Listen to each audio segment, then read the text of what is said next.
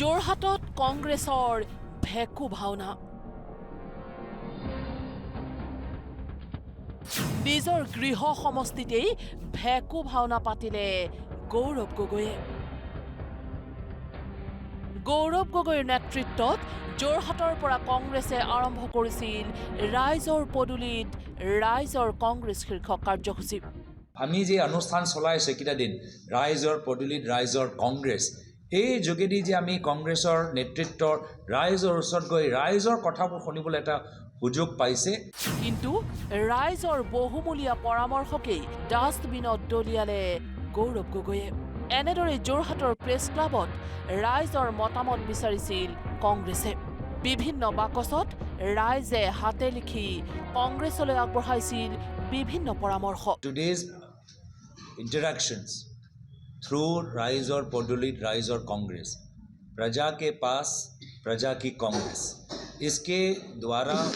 we have got to know a lot of important things burning issues of Assam কিন্তু ৰাইজৰ এই আগ্ৰহ আৰু পৰামৰ্শক ডাষ্টবিনত পেলালে কংগ্ৰেছে কালি 8 বজাত তেওঁলোকে পেলাই থৈ গৈছে 8 বজাত আগত পেলাইছে আমি 8 বজাত দেখিছো আচলতে এতিয়া 8টা বাজিবই হ'ল মানে 12 ঘণ্টা হ'ব হ'ল 12 ঘণ্টাৰ পিছত তেওঁলোক খাৰ পাইছে আৰু মুখত মাৰফলা লৈ আহিছে এজন যুৱক আৰু আহি পেলাই কৈছে কি বাকচগিটা লৈ যাবলৈ আহিছে যোৰহটীয়া ৰাইজক চূড়ান্ত অপমান কৰিলে কংগ্ৰেছে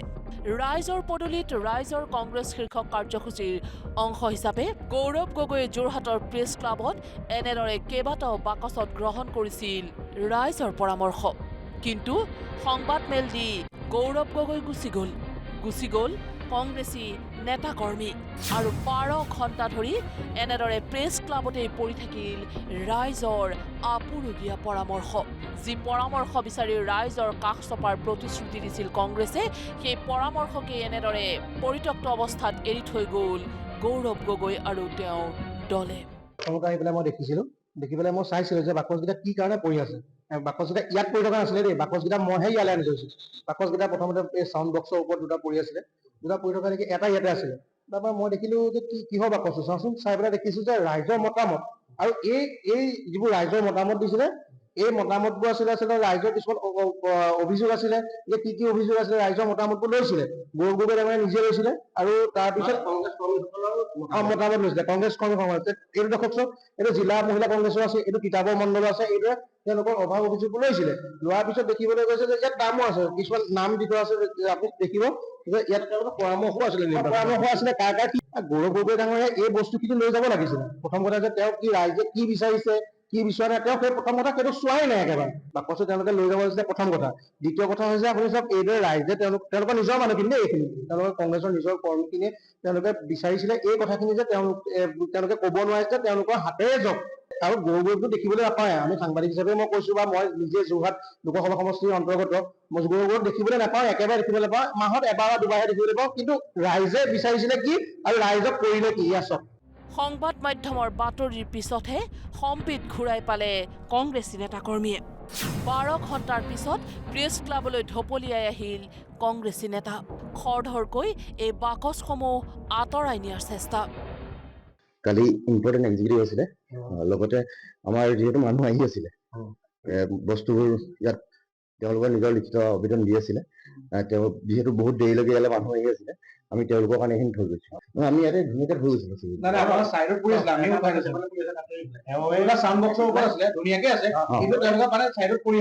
নহয় আমি ইয়াত ধুনীয়াকে থৈ গৈছিলো তাকে আমাৰ লিখিত যিখিনি আছিলে আমাৰ দুজন এজন মানুহ আছিলে তাৰপিছত যিহেতু আমাৰ ইম্পৰ্টেণ্ট যিখন এক্সিকিউটিভ আছিলে তালৈ এতিয়া ঘড়ীত আপোনাৰ সময় প্ৰায় 8 বাজিবই হ'ল প্ৰায় 8 বাজিব হ'ল কালি আপোনালোকৰ ইয়াত অনুষ্ঠানটো শেষ দেখা প্ৰায় 8 বজাত 8 বজাৰ পৰা 8 বজালৈ এতিয়া কিমান ঘণ্টা হ'ল চিন্তা কৰক আপুনি যিহেতু আহিছিলো দিবলৈ কিন্তু যিহেতু এখন সোনকালে মাৰি দিলে তাৰপিছত আৰু আমি ৰাতিপুৱা নিয়াৰ সিদ্ধান্ত গ্ৰহণ কৰিলো আমি নিছো কংগ্ৰেছে যিয়েই নকৰক অসমত কংগ্ৰেছৰ কোনো প্ৰাসংগিকতা নাই বাংলাদেশীৰ বাহিৰে আন কোনো লোকে কংগ্ৰেছক সমৰ্থন নকৰে বুলি কটাক্ষ মুখ্যমন্ত্ৰী ডক্টৰ হিমন্ত বিশ্ব শৰ্মাৰ ৰাইজে কংগ্ৰেছক ৭৫ বছৰে দেখাৰ পিছতো এতিয়াও যে ৰাইজে তেওঁলোকক সিৰিয়াছলি লয় আপোনালোকে প্ৰশ্ন সোধে মই তাতে আচৰিত হওঁ গোটেই মহিলাখিনিয়ে কি ক'লে কংগ্ৰেছৰ দিনত একো পোৱা নাছিল আপোনালোকৰ সন্মুখতে এইটো ক'লে গতিকে কংগ্ৰেছৰ প্ৰাসংগিকতাটো ক'ত আছে অসমত অবৈধ বাংলাদেশীৰ ভোটক বাদ দিলে কোনজন খিলঞ্জীয়া মানুহে কংগ্ৰেছক ভোট দিয়ে ৰাইজৰ প্ৰতি কোনো সন্মান নাই কংগ্ৰেছৰ ৰাইজৰ মতামত গ্ৰহণ কৰি এনেদৰে পেলাই থৈ যোৱাটোৱে এই কথা জল জল পটপটকৈ প্ৰমাণ কৰে কেৱল কংগ্ৰেছে এনেধৰণৰ কিছুমান নাটক কৰে নিৰ্বাচনৰ আগত প্ৰতিক্ৰিয়া কেন্দ্ৰীয় মন্ত্ৰী পবিত্ৰ মাৰ্ঘেৰিটাৰ আপোনালোকে জানে যে গৌৰৱ গগৈ ডাঙৰীয়া আৰু কংগ্ৰেছে ৰাইজৰ মতামত জানিবলৈ ইস্তাহাৰ বা অন্যান্য ক্ষেত্ৰত ক'ৰবাত সংযোগ কৰিব বুলি তেওঁলোকে একোটা বাকচত কাগজ ভৰোৱা কাম এটা কৰিছিল কিন্তু সেইবিলাক নাটক বুলি ইতিমধ্যে ভেকুমা অনা বুলি প্ৰতিপন্ন হৈছে মোৰ কথা নহয় এইটো কংগ্ৰেছৰ মানুহে নিজেই লজ্জাবোধ কৰিছে কাৰণ বাকচকেইটা প্ৰেছ ক্লাবত তেওঁলোকে এৰি থৈ পেলাই থৈ গুচি গ'লগৈ পিছত নিশা 9 বজাত যেতিয়া আমাৰ স্থানীয় সাংবাদিক বন্ধুসকলে আমাক খবৰ দিলে আমি ছ'চিয়েল মিডিয়াত দিলোঁ বা তেওঁলোকেও কথা পাতিলে তেতিয়া উধাটো খাই তেখেতসকলে আকৌ সেই বাকচকেইটা এইবিলাক তেওঁলোকৰ যিখিনি কথা ৰাইজক সন্মান কৰা বা ৰাইজৰ মতামত লৈ এইবিলাক একোটা নাটক তাৰ বাহিৰে একো নহয় তেওঁলোকৰ মূল লক্ষ্য মাত্ৰ এই 23-24খন আসন য'ত নিয়ালোক আছে সেইখনৰ বাহিৰে আৰু পৰিৱেশ বিনষ্ট কৰাৰ বাহিৰে একো নাই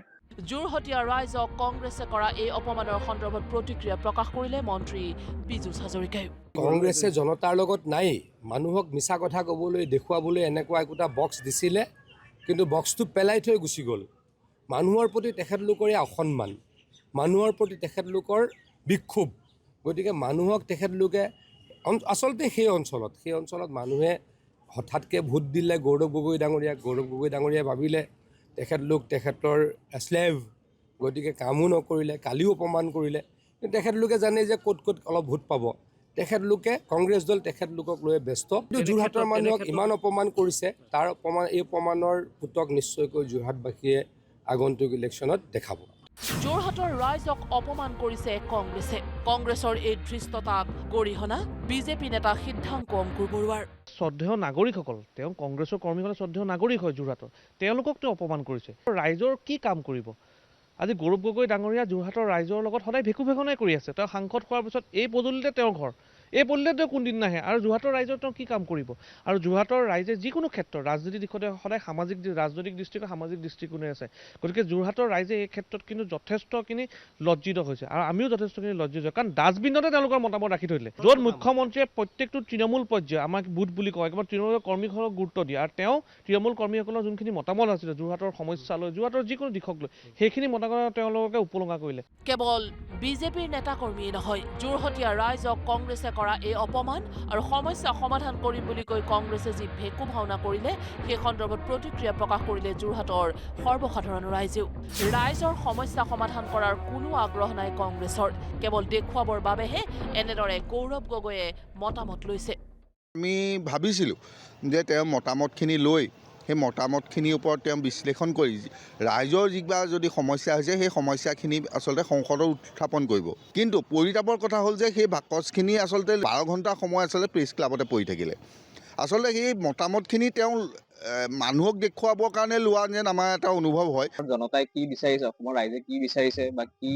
অনুভৱ কৰিছে তাৰ লগত কংগ্ৰেছৰ কোনো সম্পৰ্কই নাই কংগ্ৰেছৰ কোনো গুৰুত্বই নাই কংগ্ৰেছে নাজানে অসমৰ মানুহৰ পালছ কি সেইটো কংগ্ৰেছে নাজানে কংগ্ৰেছৰ নিজৰ দলীয় কৰ্মীৰ মতামতৰে কোনো গুৰুত্ব নাই গৌৰৱ গগৈৰ যোৰহাট সমষ্টিৰ প্ৰতি সংসদীয় সমষ্টিৰ প্ৰতি তেওঁ যিখিনি তেওঁ দায়বদ্ধতা থাকিব লাগিছিলে বা যেনেধৰণে তেওঁ সমষ্টিটোৰ মানুহখিনিৰ লগত তেওঁ আদান প্ৰদান কৰিব লাগিছিলে আজিৰ তাৰিখত তেখেত ব্যৰ্থ হৈছে গতিকে এনেকুৱা ধৰণৰ কাৰ্যবিলাকৰ দ্বাৰা গৌৰৱ গগৈ আচলতে গোটেই সমগ্ৰ ব্যৱস্থাটোকে তেওঁলোকে আচলতে অপমান কৰিছে যোৰহাটবাসীয়ে আগবঢ়োৱা অভিমতৰ টোকা সম্বলিত বাকচ যোৰহাট প্ৰেছ ক্লাবতেই পেলাই থৈ গ'ল কংগ্ৰেছ নেতাই আৰু আগন্তুক দিনত ৰাইজে কি আশা কৰিব এই দলৰ পৰা কাৰণ ৰাইজৰ মতামতেই অনাদৃত হৈ পৰিল প্ৰেছ ক্লাবৰ মজিয়াত চমক সৃষ্টি কৰিবলৈ গৈ ৰাইজৰ মতামতক আহ্বান জনোৱা কংগ্ৰেছী নেতাৰ এনে চূড়ান্ত বেপৰুৱা কাণ্ডত হতভম্ব সকলো নিৰ্বাচনলৈ মাজত মাত্ৰ 2 মাহ বাকী থকা অৱস্থাত এতিয়া এনেদৰেই ৰাইজৰ কাষ চপাৰ সলনি ৰাইজক অপমান কৰিছে গৌৰৱ গগৈ নেতৃত্বাধীন কংগ্ৰেছে। Video' report news live.